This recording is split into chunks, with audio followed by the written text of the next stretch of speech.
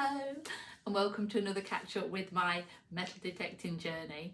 I have learned a lot again in the last few weeks, mostly by my mistakes. I don't know about you, but I felt like I've been caged after that storm. Was it Dara? I can't even pronounce it. But yeah, hadn't been able to get out, and I just thought, right, I'm going to go, even if it's just in my own paddock, I'm going out there. Not my best idea. It's clay soil. Yeah. Oh my God. It was so bad when I came in. I couldn't even video it. As you've probably realised, I only have my phone. So everything's done on my phone. I promise you after Christmas I'm going to invest in a tripod and some more equipment. But at the moment it's me on my trusty phone. So yeah, and it gets propped on all sorts of things. Falls over in wet grass and you name it. How it survived me, I don't know. But anyway, I digress. So yeah, I thought I'd go out there and have a go, and it was the usual fun. Yes, I'll show you in a little while what I found. But I did manage to bury my trowel somewhere in the field, and I haven't been motivated because of all the rain we've had since to go back and find it. But it was an absolute mud bath. Honestly, I was literally from head to toe covered in mud, and because my gloves were covered in mud, every time I took my headphones off, I didn't realise when I got in the house, I got mud all around my ears, all across my face. In fact, I don't think there was a bit on me where there wasn't mud. Everything. So literally I had to strip off on the doorstep, chuck everything in the washing machine, and then spend the next hour cleaning all the equipment. But does it put me off? No, it doesn't put me off. One thing I've learned is though, there is a volume control on my headphones. No, Louise, they're not broken. You've just turned it down when you were taking them off. What a plonker. I think that took me 10 minutes to work out. What else have I learned?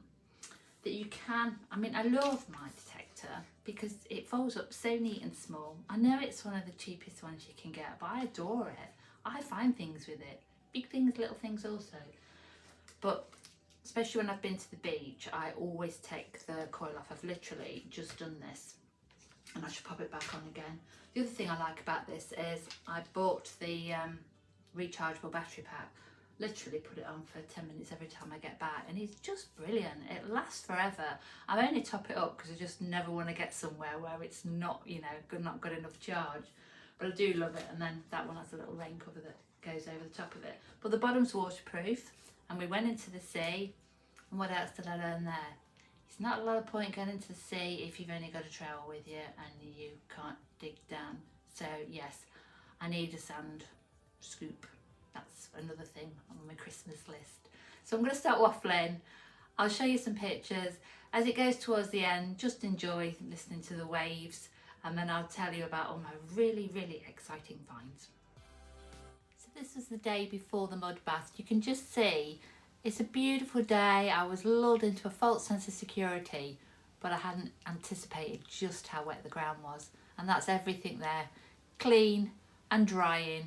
And I literally went and threw myself in the shower to de-mud my ear holes and everywhere else. This is what I found. Yep, how exciting.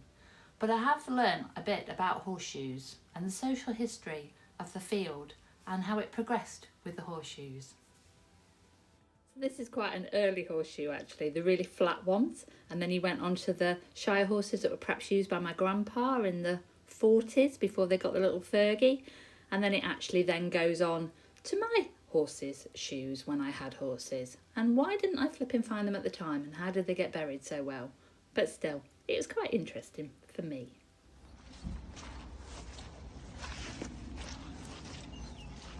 The next day, checking out the field, and you can probably hear it wasn't suitable. We'd had more rain, and it was so squelchy. So off to the beach.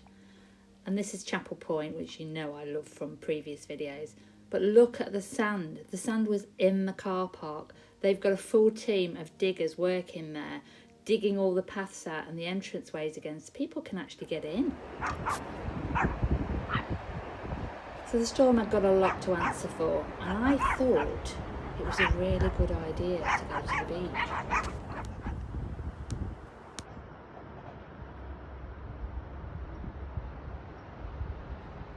Well, there's an awful lot of sand being shifted since the storm. And as you can see when I walked in by the car park. So let's see what we can find today.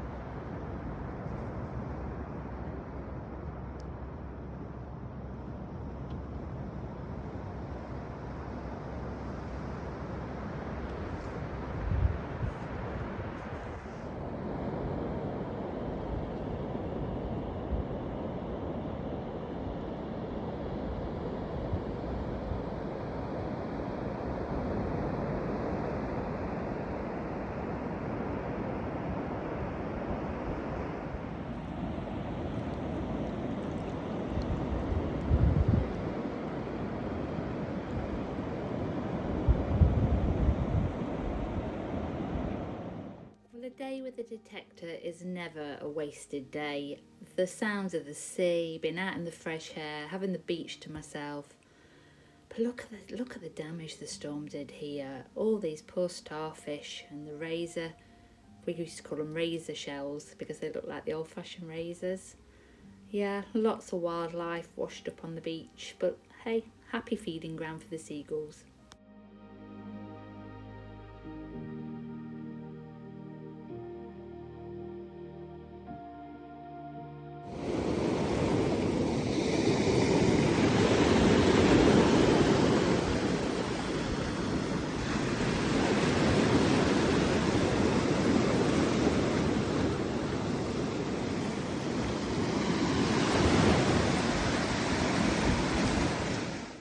Well, I love surface finds as much as I love digging with my detector. So fossils, that's shells that are all clumped together, just fascinates me.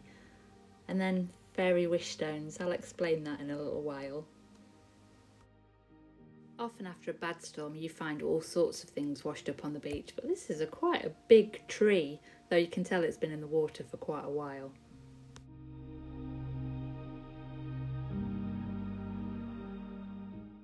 So I tried all the places where people would sit. I tried all the places where I thought the storm would have washed the sand to. I tried in the sea, because the sea was literally, the tide was out.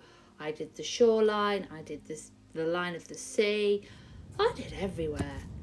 And it was very limited what I found.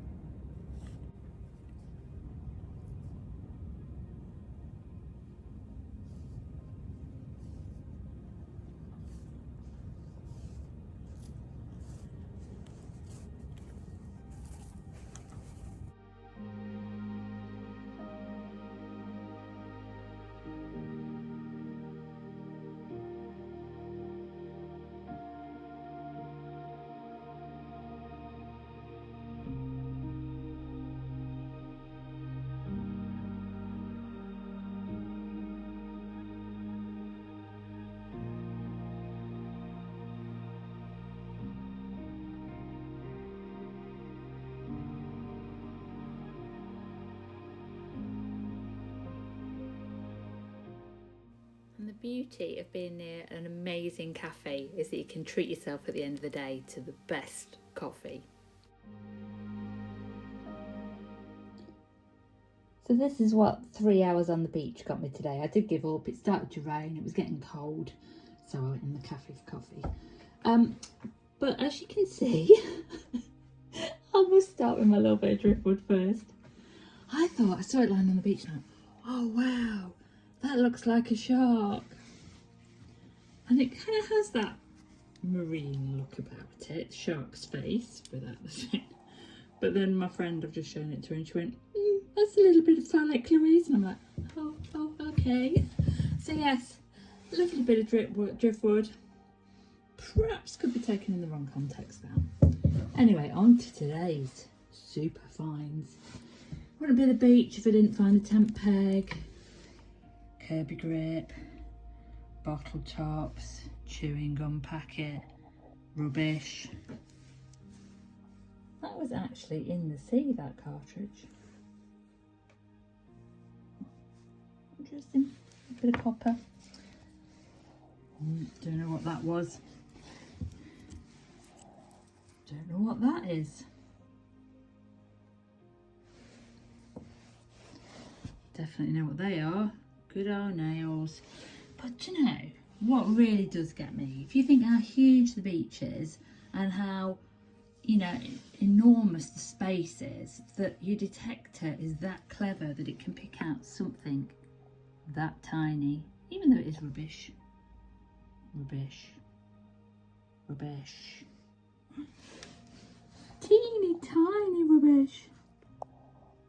Can't see that. Oh, you can just see. It's got a little Union Jack, so I presume that's like a little, that's a brass stud off somebody's jeans. Then that weird little star thing, which actually I'm quite glad now because it was very sparkly when it first came out. And I did worry it could have been a bit of jewellery with somebody's ashes in. You do find them sometimes on the beach. But it was just the metal clip, and it's just a really tiny little hair clip that's completely had it and useless. So as you can see, my best find of the day was a 20p piece. But hey, I learned the machine, like I say, the fact it can pick out, if you think that's my fingernail, that's a 20p piece, how tiny that is, and the signal that that gave.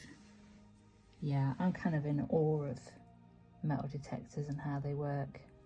So I didn't want to focus. Yeah, teeny tiny little stud. Oh, there it goes. So I'm kind of having to get to grips with the fact that this is the kind of stuff you find. And I thought that the beach, well, I just thought it would be different. One last thing I did find was this innocuous looking pebble, but gosh, it doesn't half ring a tone. I had to check it 2 or 3 times. I have no idea what is in that, unless it's not an innocuous pebble, and it is, but then it does only ring that side. So whether it's fused onto a bit of lead or something, I don't know. But that had me going for ages because obviously I didn't really look at that because I didn't think that was the thing that was ringing.